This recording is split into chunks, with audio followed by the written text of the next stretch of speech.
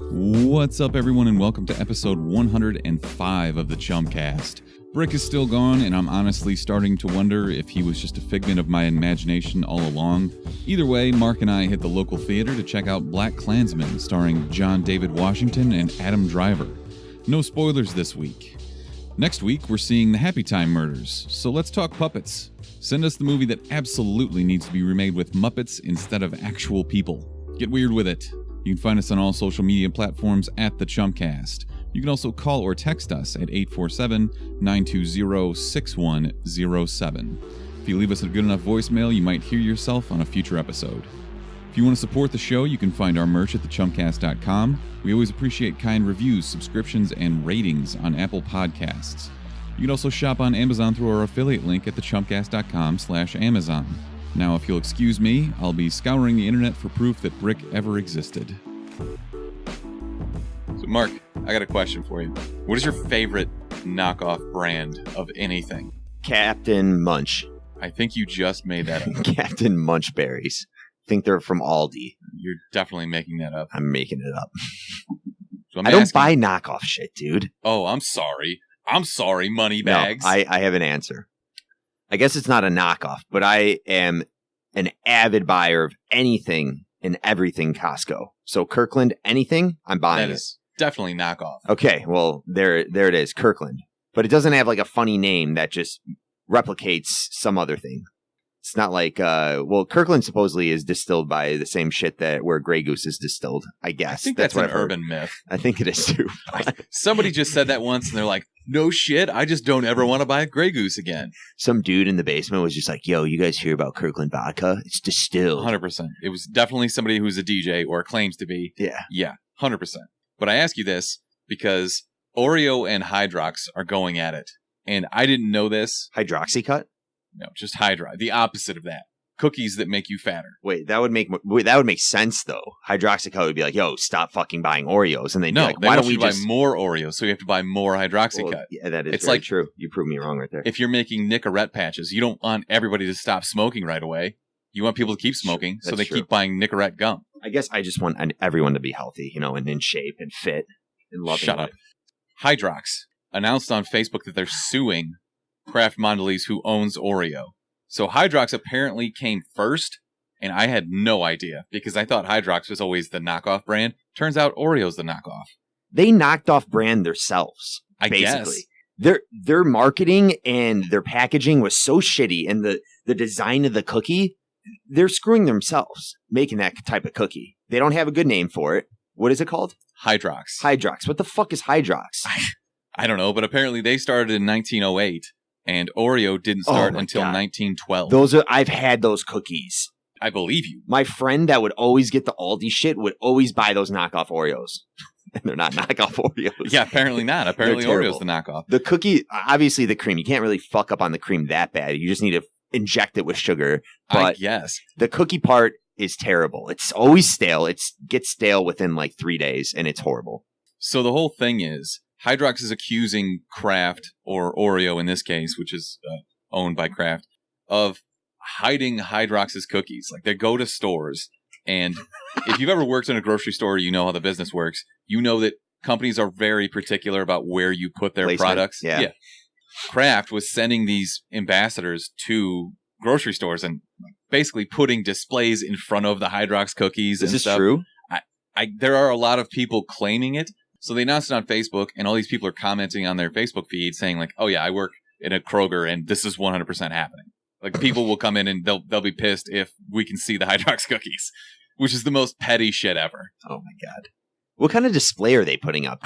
Just a mountain of Oreos? I guess. It's like 582 packages of Oreos. Well, it's probably like, oh, check out our new pumpkin spice oil-flavored Oreos. And have you ever gone off the deep end and tried one of those? 100%. What one have you tried? Have you tried the birthday cake one? Yes. And they had, was it like a Fruity Pebbles? Maybe that was the birthday cake one. Yeah. But it tasted like Fruity Pebbles, and it was awesome. Have you ever... Go ahead. They had like an apple pie. Yeah. That was pretty good. I mean, I'll eat anything. I don't discriminate, but... What are the most stuffs they've stuffed in an Oreo? I don't know, but if they're not coming out with septuple stuff, then what are you even doing? I feel like at one point they had a double stuff Oreo. So it's quadruple stuff. Double stuff. That's actually really catchy. Yo, you pick up those double stuff Oreos? That probably is easier to say than quadruple. Those would be so good. Instantly get diabetes if you were eating those. Worth it. What do you think the next weird Oreo flavor is going to be? I don't know. They already fucking do some weird shit. I know there's like candy cane Oreos. Oh, disgusting. You can miss me with that. I'm out on that, dude. That's terrible. I don't know. You have an idea? No, not at all. This is something I need to think about. This is the question that we should have posed for this week. If anybody's out there and they're listening to this, what's the next weird Oreo flavor? It's going to be like Malort Oreos. Like seaweed Oreos or some shit. The Rock's Protein Fart Oreos. That's coming next. I don't know how we got on this, but it's probably my fault. So let's get into the dumb question submissions for this week. Yeah. So we had a pretty in-depth question, actually.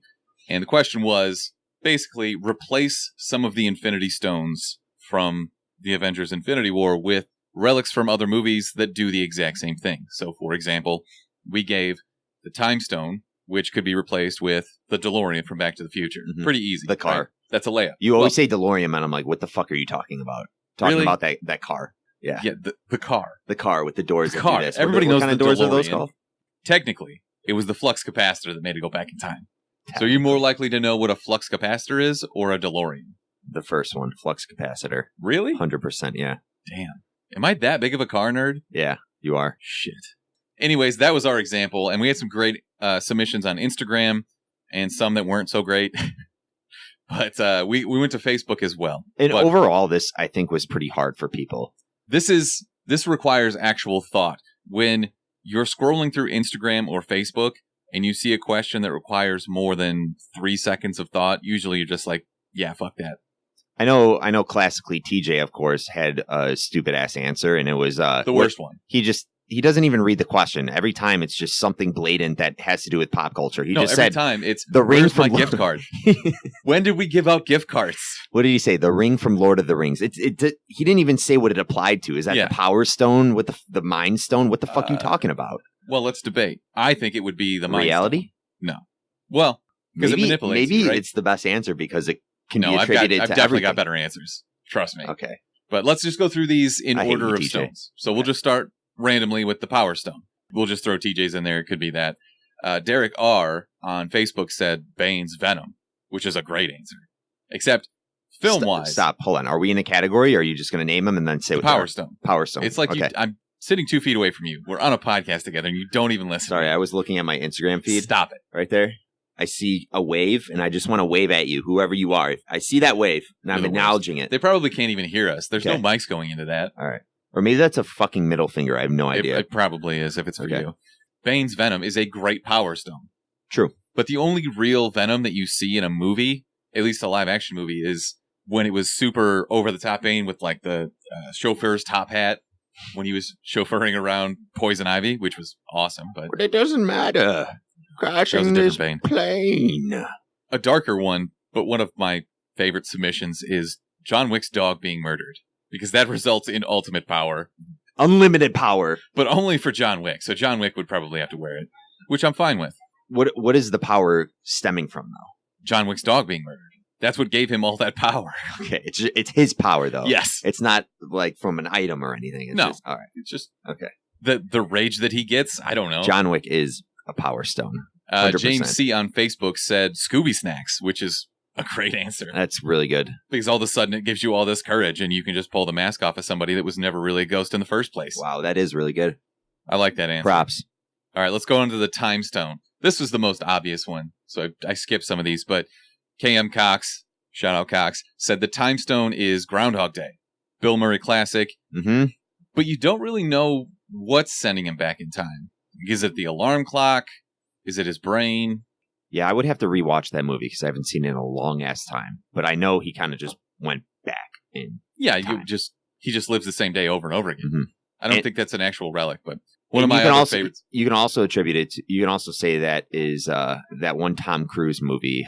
What is it called? Live Another Edge Day. of Tomorrow. Edge of Tomorrow. I was going to say Live Another Day. In that, it would be The Alien. That movie was awesome, by the way. Mm-hmm. I can't wait for a sequel to that. Yeah. Man, Tom Cruise. Such a weirdo, but such a great action movie star. We just need to make a YouTube video about why Tom Cruise, besides the whole Scientology shit, is the man. I have a news bit on him later on, and we can maybe dispute that a little bit. 10 reasons why Tom Cruise is the ultimate man. Well, there's a tease for you. The remote control from Click. It's a great time stone. Mm-hmm. Can you imagine just slapping that onto your gauntlet and just pressing rewind and fast forward or slow motion? Like when that creepy girl runs by. Well, Adam Sandler's being creepy and he's like watching that girl run by. That was weird. And I actually got a text message about this one from our friend Ben Fitzpatrick, who we met at C2E2. Oh, what's up, man? Donatello's Scepter from Teenage Mutant Ninja Turtles 3, Turtles in Time. Holy shit.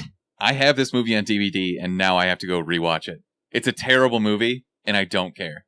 Ooh, what ones have I seen? I've seen, obviously, the first one, and then I've seen the one with, isn't there one with Ooze? That's TMNT 2, Secret of the Ooze. Secret of the Ooze. But then there's also a Power Rangers movie, something Ooze. It's the... Ivan Ooze. You're thinking of Ivan Ooze, who's the villain. Yeah. It's the purple Ooze. The first Power Rangers movie. Oh, great movie. Great movie. I mean, terrible, but... Yeah, it was pretty terrible. All right, the Space Stone. This one, again, is pretty obvious. The TARDIS from Doctor Who. It could be the time... It's 2018. Watch it. Wow, that was a terrible joke. All right, keep going. Let's just move on. Our girl White Trash Betty, a.k.a. B Daisy Speck on Instagram. Austin Powers, Swedish-made, penis enlarger pump. I'm going to call this the Space Stone because you're altering space. Right? The penis pump. I think she tried to call it the Power Stone or something. I'm overriding that. What about Space Stone, the leprechaun in space? He just goes to space. I know, but he fucks shit up in space. Isn't like LL Cool J in that movie and he's just killing everyone? Or no, that wasn't LL Cool J. Who was it? I gotta look this up now. Thanks a lot. Look it up. We could think of a few more of these though. Like Rick's portal gun would be a good Space Stone. Technically not a movie, but you got anything else? Stargates, I guess, or hyperdrives, or... So we didn't get a lot for the Space Stone? We did, but I'm Googling this, so I can't look at my list right now. So if you could float this, that'd be great. Who is in Leprechaun in Space, the movie? Start naming them. Anyone you know. Warwick Davis, obviously, because he's the Leprechaun. Okay. I don't recognize... I think you're thinking of Leprechaun in the Hood. Yeah, which probably. Still didn't have LL Cool J in it. But let's see who was in that. You want to watch that? Ice-T was in it. Ice-T. Not LL Cool J. I knew a rapper was in it. That does not redeem you in any way. Oh, those were the worst movies ever. No, they're not that bad. They were pretty bad. Not for early 90s schlock horror movies, they're not that bad. They could be way worse. I guess. Could be like Trolls or Trolls 2, if anyone knows of those movies. Holy shit. Yeah. All right, let's go to the Reality Stone. So anything that changes reality. I really like this one. Sam on Facebook says, the Jumanji game board. That's a great answer. Because it just spawns animals that want to kill you. Mm-hmm. I mean, great, but not great, but sure. I thought of one for this. I don't know if it would be the genie or the lamp from Aladdin. I guess that's any kind of genie, though, right? I would say the genie. Okay. The genie comes from the lamp. The actual genie. Yeah. But the genie doesn't go anywhere without the lamp. It's like the chicken or the egg question, isn't it? Whoa. It's still genie, though. And my favorite submission for this is Mike H. on Facebook. The Mask from The Mask. That's a great answer. What is that movie? Jim Carrey, The Mask? I'm fucking kidding. Oh, my God. Great movie. Great answer, by the way. You look at me stone-faced and expect me not to be really pissed at you. Great answer. Reality. How about, what did we come up with? We said the obvious ones like Inception, right? Wasn't that reality? The spinning totem from Inception. Yeah. What about, let's stay with Leonardo DiCaprio. How about like Shutter Island? When he was on Shutter Island, weren't they like messed up brain? That movie was weird, man. That could be an answer. Reality's altered because you're fucked up. Leonardo DiCaprio. The bear from The Revenant. It's the Power Stone. Okay. Why not? How did we miss... The Power Stone is literally just The Rock in any movie. That's very true. The Rock from Skyscraper. Yeah. The Rock from Jumanji. Walking Tall. The Tooth Fairy. What was the other one we saw? Beach? Rampage? No, Beach. Baywatch? Beach Watch. He was definitely powerful in that. All right, the Mind Stone. This one had some more interesting answers. I think my favorite overall submission was Josh S. on Facebook. The cup of tea and spoon from Get Out. This is a really creative and awesome answer. I love this answer. So thank you for that. What about the weird alien from Pacific Rim 2 that brain bangs Charlie? I was not here that week. You and Brick reviewed that, and I haven't seen Pacific Rim 1, so I can't really talk to that. Have you ever seen the Rocky Horror Picture Show? No. Why are you on a movie podcast? Yeah, pretty much. But Frank's Crown, Frankenfurter, Dr. Frankenfurter, sure. The Soul Stone, which I thought was one of the harder ones, but we had some actually pretty good submissions for this. Nathan P. on Facebook says the Allspark from Transformers. Yeah, it gives life. Absolutely. Mm-hmm. Jacob on Facebook says Tom Riddle's Horcruxes because it has his actual soul in it. Do you remember that? Or is it so long since you've seen Harry Potter?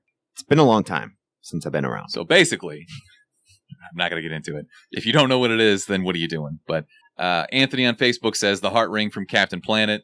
Technically heart, not soul, but heart and soul go hand in hand, right? Yep. What about the one we posted, Soul Plane? The plane of Soul Plane. I said Shaft from Shaft. There's no more soul than that. By the way, rest in peace, Aretha Franklin. That's soul right there. That is soul. Wow, way to bring that down, Mark. I forgot about that until now. Thanks for bringing that up. And on Instagram, Billy New 480. It's my cousin. Is it? Yeah. Good. Billy had a good answer, too. I kind of classified this for him, so if I get He never this wrong, has good answers, but go on. Okay. The briefcase from Pulp Fiction. So do you... It's decent. It's a decent answer. Are you aware of the film theories on this? Westworld theory scale? No. Okay. General theory scale? Yes. Okay, so the briefcase is what John Travolta and Samuel L. Jackson have to go for, right? And they're working for Ving Rhames in this movie, and the speculation over what's in the actual briefcase, because you don't see it. They don't ever show what's actually in the briefcase. All that you get really is somebody opens it up and you see a bright yellow light shine in their face. The speculation was that it was Marcellus Wallace's soul in this briefcase, which is such a weird theory. But the more you look into it and you listen to people talk about it, the more sense it makes. There's a scene where you see the back of his neck and he's got this huge Band-Aid on it as if someone pulled the soul out of him. Pulled the soul right from his it's neck. really stupid, but it's fun to think about. And I don't know really what to make of this. I'm always here for a really weird fan theory. And since they never show you what's in it, Quentin Tarantino said it's whatever you want it to be. So yeah, it's his soul. What's Quentin Tarantino's problem? I think that's the answer to all of his movies. It's whatever you want it to be. If he makes good movies, I don't give a shit what his answer to these questions is. Well, just give me an answer. Let us know if we're right or wrong for one time. How did The Sopranos end for you? What was the meaning of Inception? Tony Soprano for sure was shot. Maybe his whole family was killed. But you don't know. That's the thing, is you're supposed to infer things. I think his whole family was gunned down in the diner, to be honest. That's fair. And that's a fact. But it's not a fact, it's an opinion. That's the opposite of a fact. Let's just hold it and just move on, because it's a fact. Anyways, thanks everybody that had submissions this week. I know that it required a little more thought than normal, but I promise we're going to dumb it down for next week, because we're going to go see the Happy Time Murders. Yeah. Which is basically just the Muppets on crack. My theory about why we didn't get as many, we had some really good responses, obviously. Yeah. But lately we've been getting really good engagement. And I have a theory that because we put it in the meme format, if the sentences are more than 2 lines long, people are like, fuck it. This one was 4 lines long. So they're like, if you were in a university, they were just like, forget it. I'm not reading through the whole thing. Next. So we'll fix that moving on. It will just be 2 lines in the meme format. Easy read, but thank you guys. Listeners, Mark thinks you're stupid. Thank you guys for your submissions. We appreciate it. The question for next week in honor of Happy Time Murders is, what movie would you want to see remade exclusively with puppets/Muppets? So can you imagine like Saving Private Ryan with Muppets? Or Silence of the Lambs with Muppets? I'm picturing 7 at the end when Brad Pitt's Muppet doppelganger opens the box and there's just a head in it and there's like stuffing coming out of the neck. Yeah. Or Human Centipede with Jesus. Muppets. I don't have to get into detail. You had to take it. You're already thinking about it right now. Well, now I am. Thanks a lot. But this is actually a very simple question, and I love it because of Team America World Police. One of my favorite movies of all time, to be honest. So the inverse of this question is to make Team America, but with actual people. Exactly. Which is something they could never do. Exactly, 100%. God, that sex scene will haunt me till I die. And if you haven't seen that movie, go fucking watch it right now. It's got to be on Hulu or Netflix or something. I don't know. It's amazing. I don't know if anybody wanted to pick that movie up. Or it may have been banned from all viewings. Let's move on to the news for the week. Mark, I need you to talk me out of something.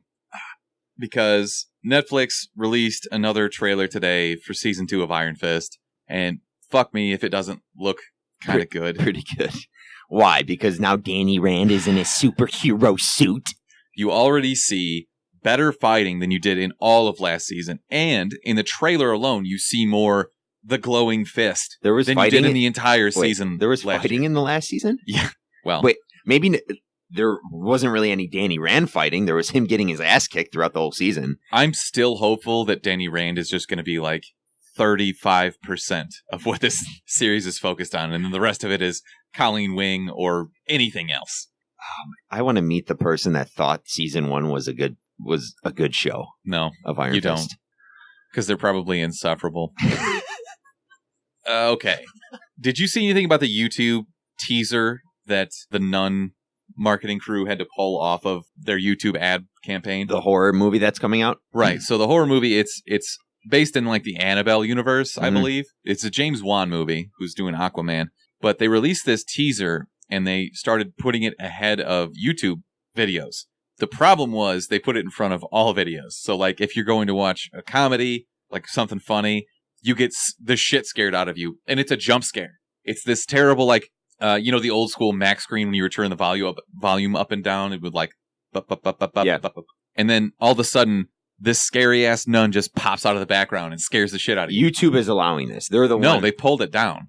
So, but they thought this was a good marketing technique. Obviously, they didn't review it in the first place, and why does the Nun get to do this type of shit? Like Deadpool did really cool things with all the DVDs and putting their slipcases over that when you go into stores. That was good marketing. That was genius. Yeah. But why does the Nun get this type of marketing? I think this is the first type of marketing we've seen YouTube do, where they'll put this kind of thing, an ad over. I'm assuming. Well, no, it was just before the video would play, so it's just the same. Okay. I was thinking when you're watching the video, this ad would just pop up out of nowhere. This is like, when you're waiting for it to say you can skip this ad in 5 seconds. Oh, okay. It was that, but it was really short, and it's apparently scared the shit out of a bunch of people. I was picturing something different. But this tweet had over 138,000 retweets at last check, and this was like 2 hours ago, that warned users about this shitty jump scare. Can somebody tell their marketing team that it's not 2009 anymore? Remember when jump scare videos were a thing? Like the car video? The car one was huge, and the one where the maze would just keep getting smaller and smaller. And you're you like, keep oh my leaning God. in, yeah. And it would allow you to win. And you're like, oh my God, I'm so close. And then boom, you're fucked. It's like a zombie in your face. So stupid. Yeah. Like the novelty wore off almost 10 years ago. Get out of my face with that shit. Tessa Thompson has been cast as the voice of Lady from Lady and the Tramp because Hollywood doesn't do original ideas anymore. Is this a live action? If she's going to voice a dog, I can't imagine. Don't give me that look. Everything is fucking live action nowadays. That was a look of actual confusion because I don't okay. know. Okay. I wanted to be like, no, of course not. But then I was like, wait a second. Maybe it is. What else are they going to fucking do? I legitimately have no idea. Okay. I'm blanking on Tessa Thompson. Tessa Thompson, Valkyrie. Got it. From Thor. She was, you didn't see, sorry to bother you, but yeah, she's a great actress. Mm-hmm. No problem with that, but don't make this movie. Make something new. Yeah. Similarly, we got our first look at a live action Mulan, who's going to be played by Liu Yifei, and I hope I'm saying that right. This is going to star Donnie Yen, Jason Scott Lee, and Jet Li. So I guess at least they have star power. Yes. See, Donnie Yen's you and it. I Jet Li is in it. Are on opposite sides of the fence on these. I didn't want the Beauty and the Beast remake. I don't need these movies to be remade. I'm not necessarily talking about the remake. I'm talking about who's going to be in it. If you're going to remake Mulan, you better have Donnie Yen in it, and you better have Jet Li. Yeah, absolutely. And if you don't know Donnie Yen, he was in Rogue One. I mean, he's an excellent martial artist, a great actor. It Man. Yeah. If you're familiar with, it's mainly on Netflix now. All I was three of say, them, I feel like most people aren't familiar with. Go watch them though. But yeah, It Man is great, and there's 4 of them, I think. Mm-hmm. I don't think he's in all of them, but Anyways, Tom Cruise news. Yes. It leaked earlier this week that Tom Cruise was offered the role of Hal Jordan in a Green Lantern flick. Stop there. I also heard Mark Wahlberg was offered Hal Jordan.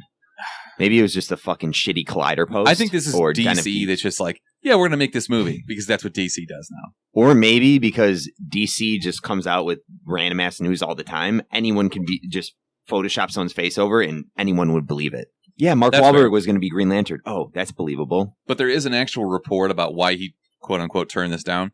It says because the character was actually supposed to die in the script. Oh.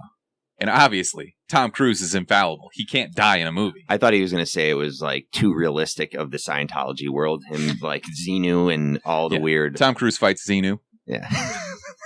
I'm serious. Isn't this just like perfect Tom Cruise, though? Maybe I just nitpicked this or cherry picked this because Tom Cruise obviously would never accept a role where he's not the best at everything ever. Tom Cruise never dies. He never looks down. He never looks up. He never walks. He always looks you in the eye. He only sprints. He only full out sprints. And he always has a perfect angle showing his perfect flick of the hair. That's about it. I don't know, man. He would be a really good Hal Jordan because Hal Jordan is super cocky and, I don't know, doesn't take things seriously, thinks he can do anything. I mean, he kind of is Hal Jordan, right? Why don't they just rewrite the script and just don't have him die? I don't know, man. Wait, isn't that a huge... Also, wait a second. He just spoiled the whole script. He's like 55 years old. Yeah, and he's like 5'4". But anyways, besides the fact, he's still Tom Cruise. Yeah, he was never going to do this anyways. But, so you're telling me Hal Jordan and whatever upcoming Green Lantern movie they're going to come out with is going to die? No, because this is probably a script that's, one, never going to come to fruition, and two, would have to completely be recast. And now that DC's talking about rebooting the entire universe... Obviously, this is never going to happen. I don't know what the timeline of this was. I just thought it was interesting, mostly because it fits my narrative about Tom Cruise not ever wanting to be a bad guy or not the best at everything. Edge of Tomorrow. He never dies. Well, he dies several times, but he doesn't die. Always comes back. Yeah. Spoiler. Okay. Yeah, huge spoiler. Sorry if you've never seen that movie and you're going to go watch it. Oh, did you just knock The Rock over? By the way... Oh, we don't have Instagram. Oh, yeah, we do. No, The Rock, Facebook. The Rock Funko. And I thought about this. Why don't they have a Tom Cruise Funko yet? I bet that they do for one of his roles. I bet they have like you don't think that they have a Top Gun Funko Pop? I don't think so. I'm gonna Google this right now. This is important stuff. Oh, they do. God damn it. I know that they do. Oh, and guess what movie it's for? Stop. Guess what movie it's for? Is it The Mummy? Yeah. Look at my screen. I have not Googled it but yet. It says Tom Cruise Mummy Funko right there. Oh, it does. You're right. But whatever. I'll believe you didn't see it. But yeah, it's The Mummy, and that's wow. He's still that's the worst possible movie they could get a Funko Pop from. He's still very Tom Cruise in that movie. Yeah, because he's the best at everything. It's just not a good movie. Yeah, of course. We might have to buy that Funko though. Still, whatever. Last bit of news: Fox, after the recent sale, I guess, or buyout by Disney, is looking for a new animation studio to work with them on several projects they have in the wings, namely Bob's Burgers, Family Guy, and a sequel to the Simpsons movie. Now, I had no idea that Family Guy was still on the air. I just assumed that the Simpsons is never going to die, and Erica likes Bob Burgers. Do you watch this? Did you hear anything I just said? Yeah. Anyone on Facebook, comment and let me know what you think about Bob's Burgers, because I know there's a huge following for the show. I've always been interested in starting it up, but I remember I watched like the first 2 episodes right when it came out, 8 years ago, probably? Yeah, it's got a long running thing now. Yeah. I think it's syndicated. I feel like I need to start it up again and just watch it because I've heard it's very good. I did go back. I've actually been rewatching some of the older seasons of The Simpsons. Like, tell me not season 1. Like season 4. After season 2? Okay. Season 4 is where it starts to get really good. That's where you got like Mr. Plow. Yes. Yeah. Trust me, dude. Season 1 and 2 are shit. They're not shit. They're just Season 1 is garbage, dude. Get out of my face. I'm done with you. Just because you weren't alive when it happened. That's also true. I think I might be out of news for the week. If you are, I'm going to take a little wee break real quick. And I am here for questions. If anyone is... Yeah, good idea. Answer some Facebook questions. Yeah, I'm trying, Mark. What do you think I'm doing here? Well, I'm here for your Facebook Live questions. And since Mark's here, we can just talk shit about him, talk about how he's short and not strong or good looking. Whatever you got. There we go. Can we get back on track now? Can. I don't remember what I was doing anymore. Oh, what was you? Shut up, Mark. Cut it. Cut to Facebook Live right now so we could fight. Do you think you could fight me and like last in any way? In this room? Yeah, because I wouldn't give you any space and I would just tackle you. That's hilarious. And just jump all over you. Speaking of fighting. Best. We the best! Worst. The worst! She's the worst person in the world. Huge, skank, terrible, but thank you. What's the soundboard? It doesn't matter! So the worst man alive is you because you think you could take me. But my actual worst company alive is a firm called Red Pepper. All right. Okay. So I've come on this podcast plenty of times in the past ranting against artificial intelligence. Since the human race is so intent on just dooming ourselves and giving up all superiority we have over anything, we keep pressing the limits of AI and machine learning. Well, these maniacs decided they were going to teach a program to find Waldo in Where's Waldo books. This is basically just a step above, just barely above, the average person in Arkansas. Like, we are officially beyond the point of human intelligence. Wow. I, for one, welcome our robot overlords. Unless it's like Extinction, where I have to choose what side I want to be on, obviously. But, yeah, I would welcome. Let me save you the trouble. You're boned. I'm what? I'm boned? You're boned. If when the robots take over, you're boned. You have nothing to offer them. Are these robots, do they look like us? Why does that matter? Because I would definitely fit in. I'd just be like, I'm sorry, what did you say? And they'd be like, that guy's a robot. I've seen you 100%. Do the robot. You're terrible. That guy is a robot. They're going to see you eating a Chipotle burrito and be like, he is not a robot. Does not compute. He does not listen to us. All right, Mark. Do you have a best man alive? I have a best lady alive, a best woman alive. I walked into GameStop the other day where I got this nice Funko, and I've never seen such a driven GameStop employee to sell me on something. It was great. Usually I walk in there, they're like, you need anything? I'm like, nah, I'm just looking at the Nintendo. Leave me alone. Yeah, I'm just super bored. It's my lunch break. I'm coming back from Mariano's. I just got 2 chicken breasts and a side of macaroni salad, but I don't need any help. But this I don't want to join your power club. You're a member, aren't you? Let's stop there. I'm a member. I'm an Elite Pro member, actually. Is this where you got your Game Informer magazine? I'm such a sucker, yeah. Oh, my God. And it's a hard copy of Game Informer. It's not the digital. I don't fuck with that. I want the shit mailed to me. If I'm an Elite Pro, you better mail me this Game Informer, the real magazine. I feel like you're the guy who buys like all the essential oils from people on Facebook. Like, what? This will cure my cancer? Or the guy that's scrolling through like Brick does, where he sees a cool Tyrion Lannister shirt or Game of Thrones like design, and it's just some knockoff T-shirt Game of website Thrones mashed up with Rick and Morty. Yeah, and he's like, I'm getting that.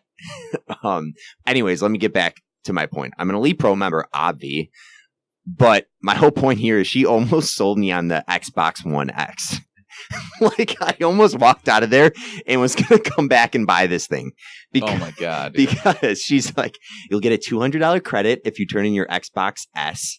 And I'm like, okay, that's really not bad. She's like, you'll get a free game up to $70 in value. I'm like, all right, that's about $300 right there. She's like, the system's only $500. I'm like, well, they given that's only like $200, but tax probably taking me back to about $150. But anyway, she almost sold me on an Xbox One X. God, dude.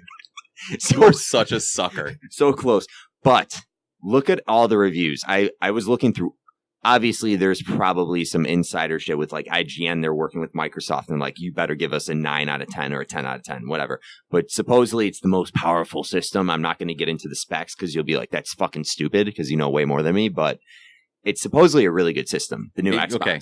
You're technically not wrong because it is the most powerful console. But you know about it, don't you? You have a PC that I built, I know. 2 years ago? I know, but nobody games on it. None of my friends game on it. I do. I know. You don't game on it.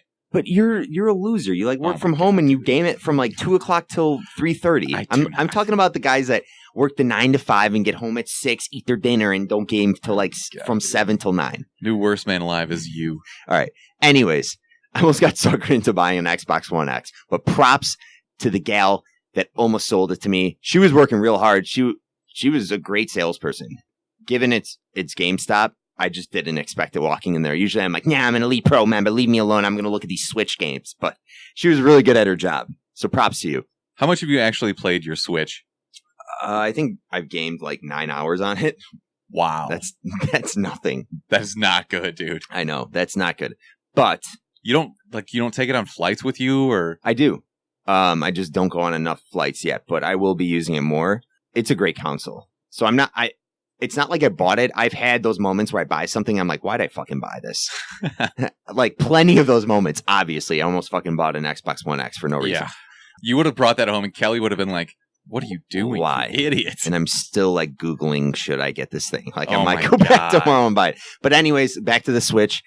It's a great console. The games are awesome. They're expanding the games that they're releasing, and they're just going to keep doing more things with that. So that could be a recommendation for the end of the show. I think I've recommended it before, but that's one thing I'm not really worried about being like, oh, I'm an idiot for buying it. I'm glad I bought it. It's just I haven't had that much time to use it, and I know I will eventually.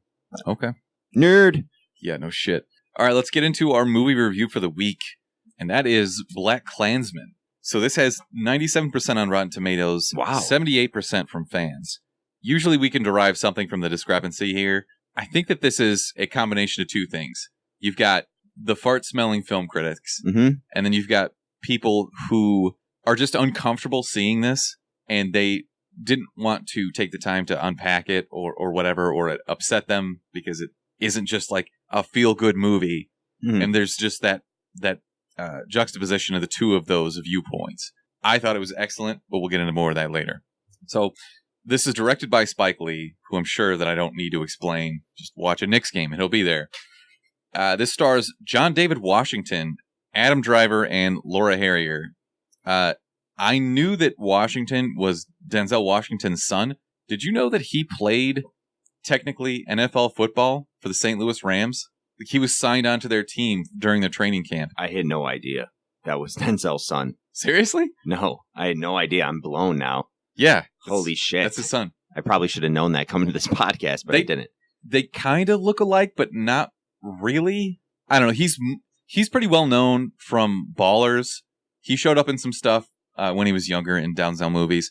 He's a really good actor, and he does a great job in this. Yeah. I've never seen him before. Maybe we need to start watching Ballers. I'm surprised there's an HBO show out there that you haven't watched. I will watch Ballers eventually. I just heard season 1 really wasn't that good, and it was coming from my friends that thought fucking I can't think of it. It's got The Rock in it. Yeah. How bad could it be? Just get to look at The Rock, that's one thing, but yeah, I don't know. Adam Driver, obviously, Kylo Ren. He's awesome. He's such a good actor. He's become one of my favorite actors in the last 5, 6, 7 years. We were kind of honest. BSing about this earlier, but Logan Lucky, he was excellent in that movie, Yeah. and he's excellent in this. I am going to get shit for this, but the HBO series Girls, it's really great. Especially if you have a significant other and she's a woman and she likes those kind of shows, check it out. It was one of those shows where Kelly would be watching this every night when I got home, and eventually I got sucked into it. And Adam Driver is amazing in this show. Yeah, Erica did watch that. I just couldn't. There's a lot going on, and there's a lot of different characters and personalities, and I can definitely see where it could be too much for some people. But I thought overall as a show and the way it was put together was outstanding. So, I just kind of know that it isn't for me. yeah. So I never really gave it a shot. I don't think it's for you, but if Erica ever got into it, maybe she didn't get into it. She watched it. I'm just saying, me personally, I was in your shoes and I just sat down and was like, fuck it. I'm just going to suck it up and watch this. And by Okay. the end of it, I was in like 4 seasons deep I and was respect loving it. But it was a good show. We also get Laura Harrier, who plays, I guess, a smaller role, but you might recognize her from being Liz in Spider-Man Homecoming. Yes. Very different look. Yeah. But I didn't realize that until I looked at the IMDb page for this. Mm-hmm. So this movie takes place in late 1970s Colorado Springs, where the main character, Ron Stallworth, played by John David Washington, signs on to be the first black police officer in the town's history. So after this brief stint in this shitty records room kind of deal job, working with these racist cops and bullshit work, he's promoted to this intelligence group, And he's paired with Flip Zimmerman, played by Adam Driver, and Jimmy Creek, who I really thought was Steve Buscemi. It's looks not. like him. It's his brother. He looks like him. He looks just like him. I I'm didn't like, fucking know that either. That's really his brother. That is his brother. It's Michael Buscemi. Holy shit. And I was like, is that Steve? Like, he is the knockoff. He is the Hydrox Steve Buscemi. Shit. That's hilarious. Wow. I was like, wow, he's got the crazy eyes and everything. That's Steve Buscemi. It wasn't. It was his brother. Oh. And I'm sure that he has an illustrious acting career of his own, but I will never look at him and not think of Steve Buscemi. Oh my God. That's classic. But anyways, eventually this team is tasked with helping Ron to infiltrate the local branch of the Ku Klux Klan while undercover. So Ron kind of does the phone interaction, the initial contact, and Adam Driver takes over as the in-person Ron Stallworth. Ron Stallworth? So I didn't know that this story was based on a memoir written by the actual Ron Stallworth, who was a real person.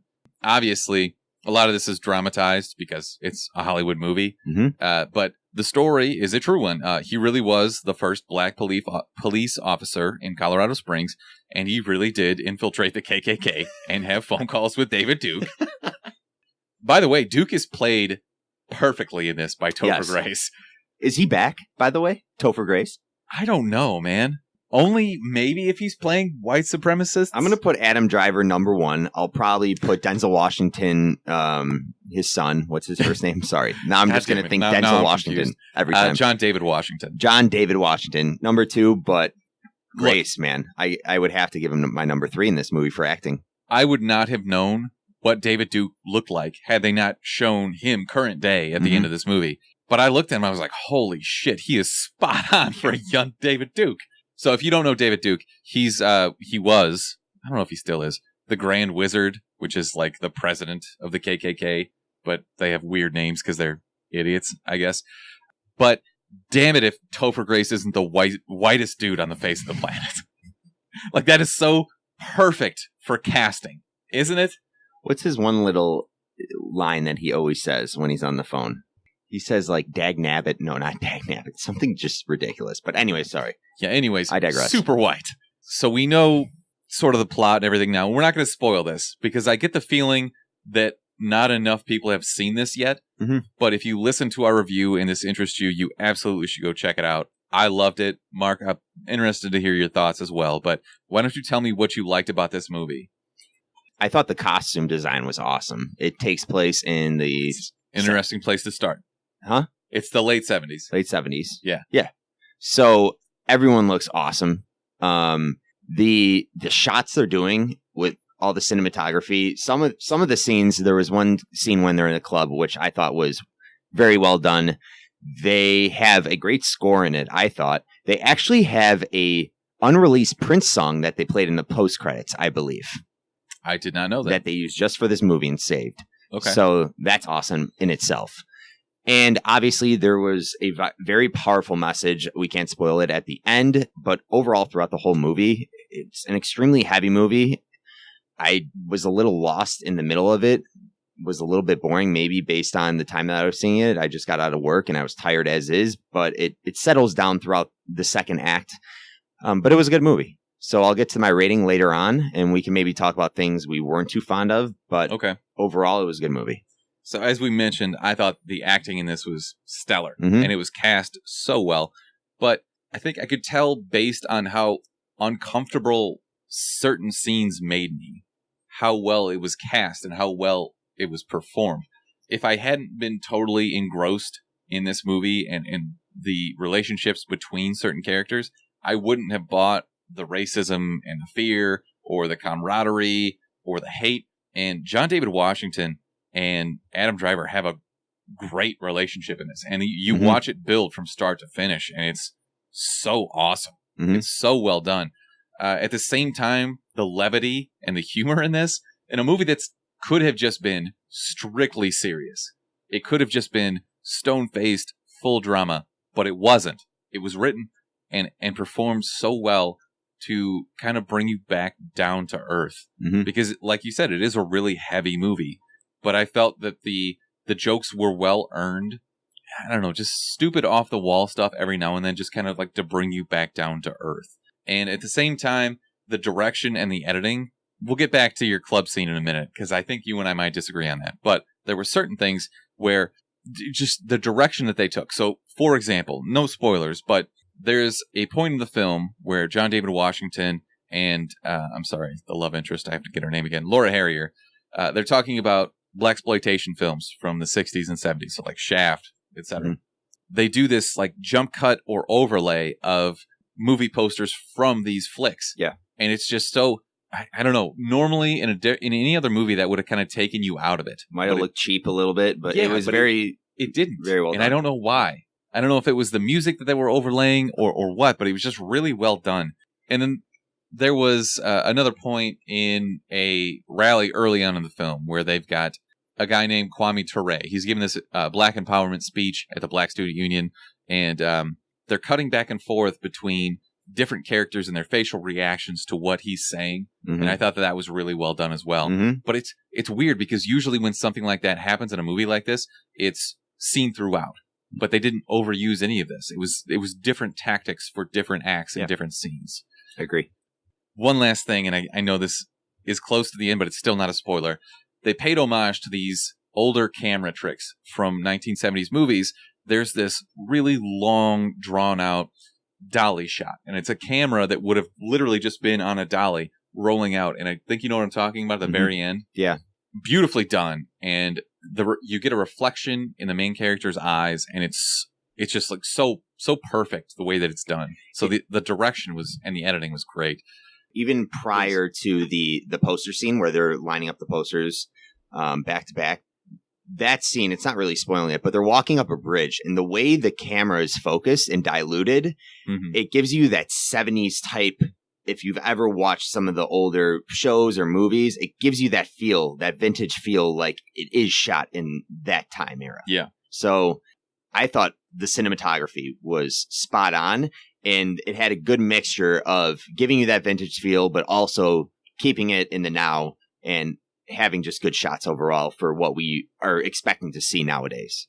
Well, and speaking of that, there's a lot of messaging here, and you can take that for what it is. And I think that if you had 10 people that you know that went to see this, you would have 10 people that found something different that's said a different message to them. Yeah. And, maybe you'd have some overlap there. But one thing that I thought was really subtle, but also really powerful, and it's Ron, our main character, he kind of just, not that he didn't ever realize how bad things were for him, but he slowly has these realizations that maybe he was a little naive. So he's talking to Patrice, Laura Harrier, about these blaxploitation films and how they're just movies and they shouldn't take them super seriously. But later on in the film, he's spying on these Klans members, and they're watching Birth of a Nation, which even in this movie, they talk about how it's kind of credited with the revival of the KKK. And you can see this kind of realization in his eyes where he's like, all right, that actually means something. They're not just movies. It's propaganda one way or the other. And I thought that was really kind of hitting home. This is feeding them hate. And right. A guy that we haven't mentioned, Paul Walter Hauser. I have he's in Super Troopers 2. He's the weirdo in I, Tonya, the fat guy. Yes. Paul Walter Hauser. You're the fat guy. Sorry, Paul. This guy is getting really famous in these big-time Oscar-type movies. Because, this is going to get recognition, I think. And I wanted to ask you, because I was just, flipping through his IMDb, how old do you think this guy is? 43. He's 32. Really? Okay. He's younger than I am. Jeez. Oh, I'm sorry. He's actually 31. He'll be 32 in October. How old are you? 38? 32. Okay. Smart ass. He's younger than me. So I guess, thankfully, you look at him and you think, wow, he's old as shit. And you look at me and you're like, all right, maybe he's not that old. Let's talk about him for a moment. Okay. All right. We've obviously seen him in I, Tonya, and we just saw him in this movie. And he's great. He's great, but he plays almost the same type of role. 100%. I'm not saying he's a one-sided actor, but are they going to just keep giving him these roles, or we'll find out? He's a young actor. He's still trying to get started out. He's going to take what they give him. And obviously when you look like him, you're going to be typecast a little bit. Yeah. And it sucks for him, but he's a good actor. So I think this stuff like this is going to lead to more work for him. Did you like him better in this one or I, Tonya? Ooh. It's really hard. I think I, Tonya. He was more focused, and he was definitely more crazy. Yeah. This wasn't about him, whereas I, Tonya was like, he's a pivotal point. So the act structure. We get to more of this and things maybe we didn't like so much, but the entire third act is a butt clencher. Yeah. It's so tense, start to finish, and it even pays off. Even though there's kind of this cliffhanger at the end, I thought that it was very well done and wrapped up in a nice little bow. They could take it forward even if they wanted to. Mm-hmm. I don't know if they will. I personally don't know where the memoir ends, but if this is successful, I'm sure that they could try and milk it for more money. And this is going to sound weird, but I loved how angry this movie made me. Because if I've said it once, I've said it a million times. What a movie is supposed to do is make you feel anything. Yeah. A character is supposed to make you feel something. Even if you don't like a character, you're supposed to feel hatred or dislike or disdain for that character. And there are so many scenes in this where you're just like, I'm so fucking pissed right now. There's a particular scene where Ron Stallworth, he's undercover, and these actual super cops, aggravated watching dressed this. cops are basically trying to arrest him, and he's like, I'm undercover, my badge is in my pocket. It's so infuriating. And it was a good scene. It made you feel exactly what you were supposed to feel. So I'm going to shut up. I'm going to stop gushing about this movie now. It was really frustrating, and that was just bringing another side to the injustices, obviously, that he was facing during that time and at that moment. Yeah, it's especially the third act that really brought out that frustration and just, oh my God, this sucks. It could be so much easier. Yeah. It wasn't. Yeah. All right. Why don't you tell me what you didn't really like about this? I'm not going to lie. It kind of lost me in the second act. If the third act didn't pick up the way it did, I probably wouldn't have felt the same way about the movie. So you talking about the pacing, or? Yeah, just the pace in general. It's hard to. There were obviously some parts that maybe I just didn't follow, or I think Spike Lee was at times maybe doing too much. I felt like sometimes he was all over the place with the way he was shooting things or trying to show things. I knew there was like a certain message he was probably trying to portray, but to your point, if you had 10 of your friends going in to see this movie, I guarantee you'd all come out and start talking about things that you didn't pick up on. Yeah. And when I see a movie like that, and there's some parts where I'm like, well, what did he mean by that type of camera shot? I feel like there was more meaning behind that. Yeah. It doesn't frustrate me, but I understand what you mean. I'm just kind of irritated by that. I kind of agree that the pacing in the second act was a little bit off. Mm-hmm. And I want to go back to a scene that you mentioned when you're talking about things that you actually like, when they're in the club and they're dancing. I thought that went on for way too long. Yeah. I don't know. Part of me, you mentioned like a long day of work. This movie's over 2 hours long. Mm-hmm. So there are certain scenes that don't necessarily contribute. I already got that he would have, done pretty much anything to save Patrice's character. Like I don't need that setup.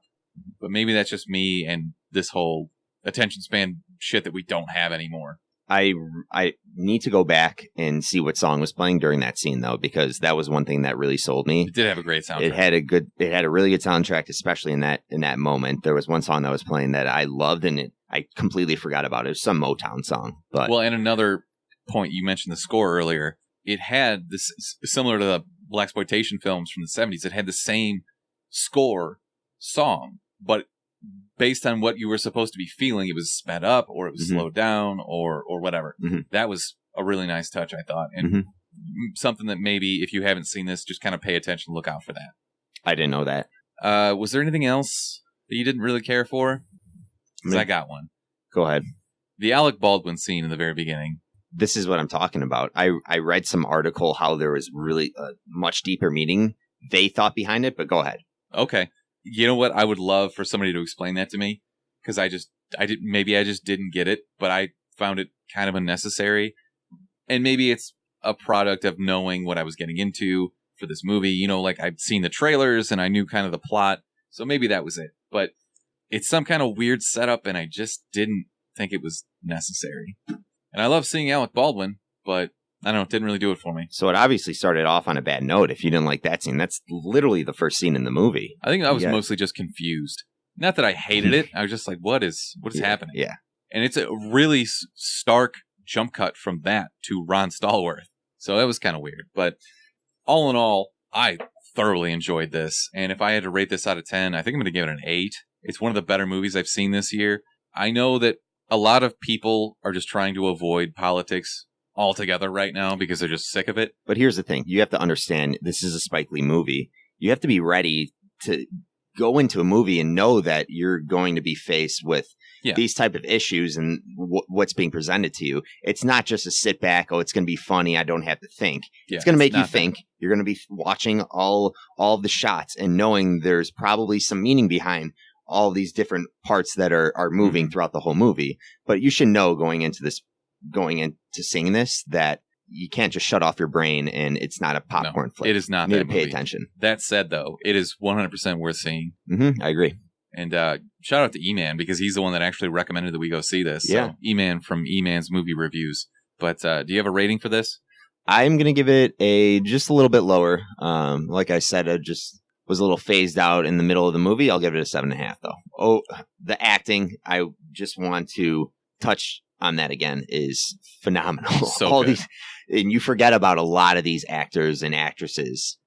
They come back to life, and now I want to see. I'm looking forward to actually seeing Adam Driver in more movies. Obviously, we get him in Star Wars, but I want to see him in more roles like this. I loved him in Logan Lucky, Topher Grace too. Let's get that man back in the spotlight. Wasn't it weird to see him?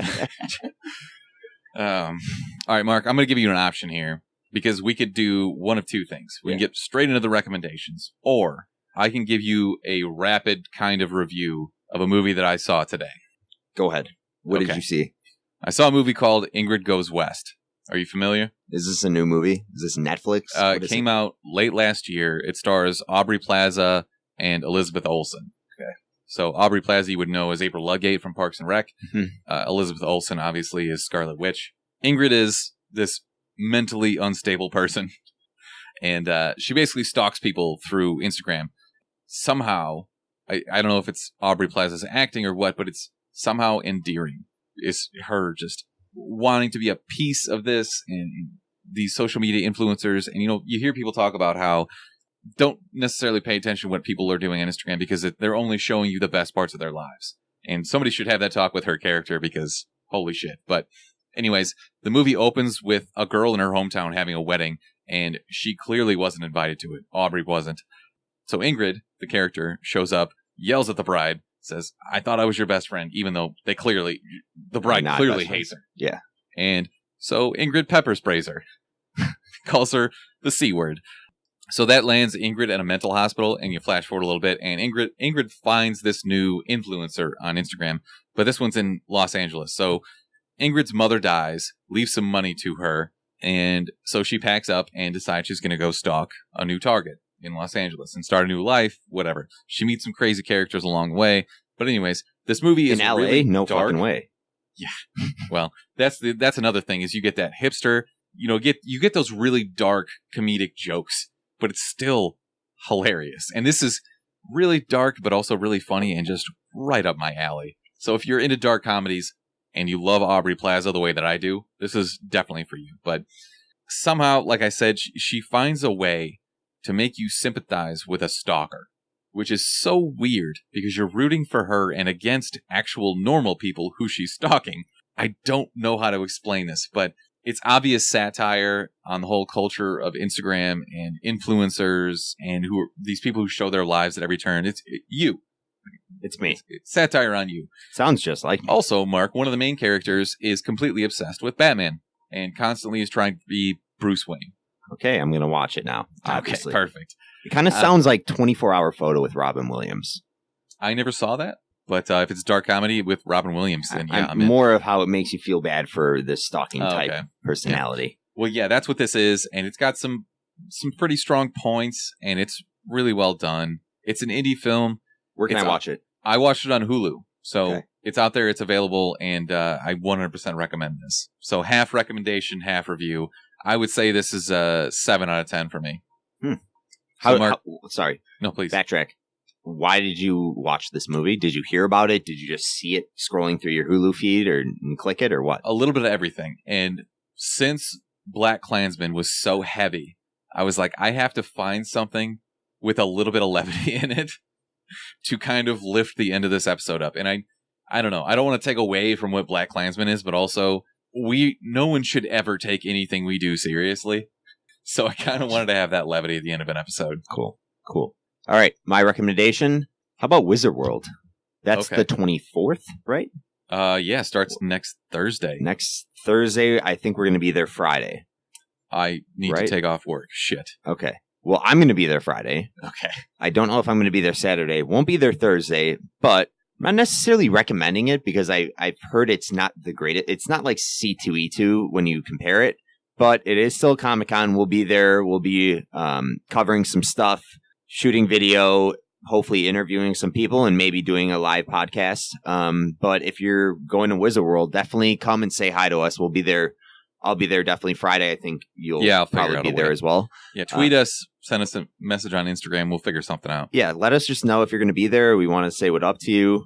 But other than that, I have one other recommendation because Disenchantment comes out tomorrow. Oh, okay. The Matt Groening animated series coming to Netflix. 10 episodes, I think, dropping tomorrow. I think they drop them all at once. And that's great, too, because they're all dropping. Oh, God, I'm going to binge the shit out of this. Stay home. I'm going to be so mad when this is over. But hopefully it's on par with Futurama and The Simpsons. And I count on it being. But should be good.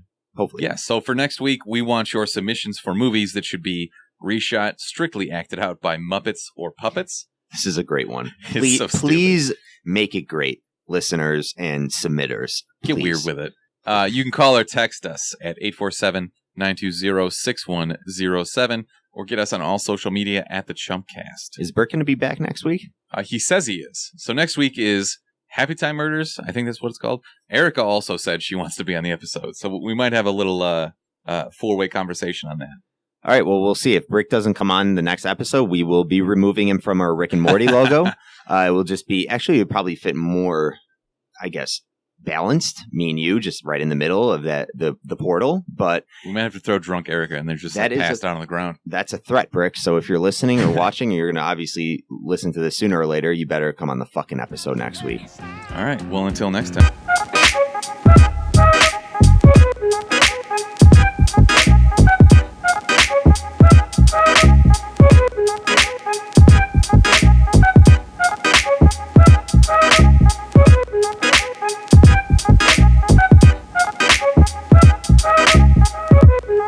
Thank you.